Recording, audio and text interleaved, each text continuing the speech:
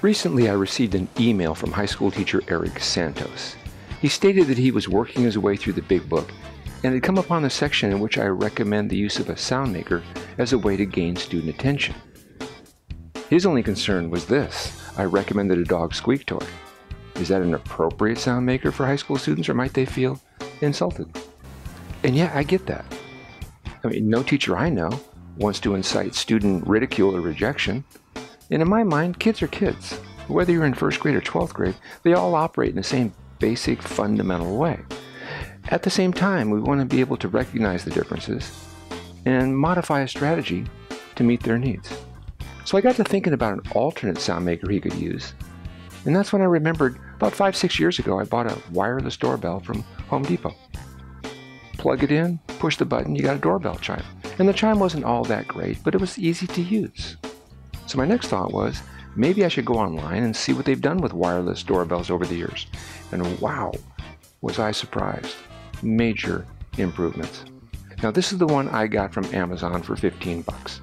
Now it's 17 bucks, whatever. It's still a bargain for what you get. There's a little plug-in chime unit and this little handheld doorbell that transmits a signal to the doorbell chime so you can hear the chime. So what we're going to do right now is go to a 4th grade classroom being taught by one of my former students. And she's going to demonstrate how easy this is to install in your classroom and how easy it is to use. So, take it away, Summer. Hi, I'm Summer Gutierrez. I teach 4th grade at Limburg-Schweitzer Elementary, and I was lucky enough to be one of Rick's students in 4th grade, and now I'm getting to carry all of that over into my classroom. Today we're going to try out this wireless doorbell. I think it'll be a great way to get the students' attention. It is super simple, even I can do it. Plug it in the back, remote control, simple. When you plug it in, there's going to be a sound just letting you know it's plugged in, but that is not the chime. So plug it right into the wall unit.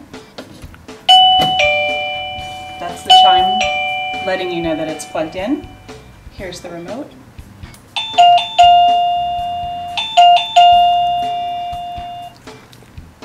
That's it.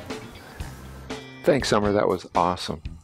As you just saw, this thing is easy to install and even easier to use. Press the button, hear the chime. Now the unit I got comes with 55 different chimes, most of which are annoying, but you only need one. And the one I chose was that double chime you heard, and I chose that for a reason. The first chime really acts as an alert to the students that you need their attention.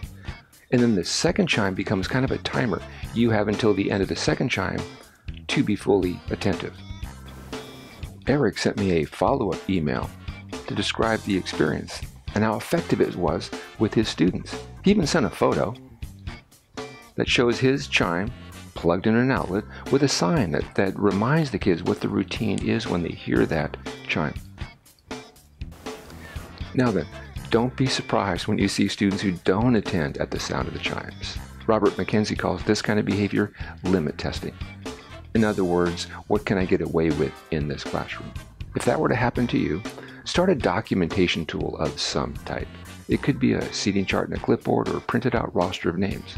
And for the students who continue to chit-chat beyond the chimes, just check marks next to the name or a little letter code. And then you pick the appropriate time to call those kids over to figure out what they still don't understand about the chime routine. Now, this kind of targeted intervention not only sends a message you're serious about the new routine, but also shelters and protects all the students who do attend in the appropriate fashion. My experience taught me, with a bit of patience on my part and a bit of practice for them with the routine, the whole come to attention thing just became automatic. And that's what you want in your classroom. Automatic. When it comes to which doorbell you purchase, please know you don't have to buy the one I got. There are lots of them available. Case in point, on the New Management Facebook page, there was a comment chain going on between a couple of teachers, and one of them posted an image of the model she bought. It's made by Sado Tech. So I went on Amazon, checked it out. It's their #1 bestseller. So you've got some choices. But regardless of which one you buy and install and use, the sound of the chimes will be way more effective than your voice could ever possibly be. Thanks for watching.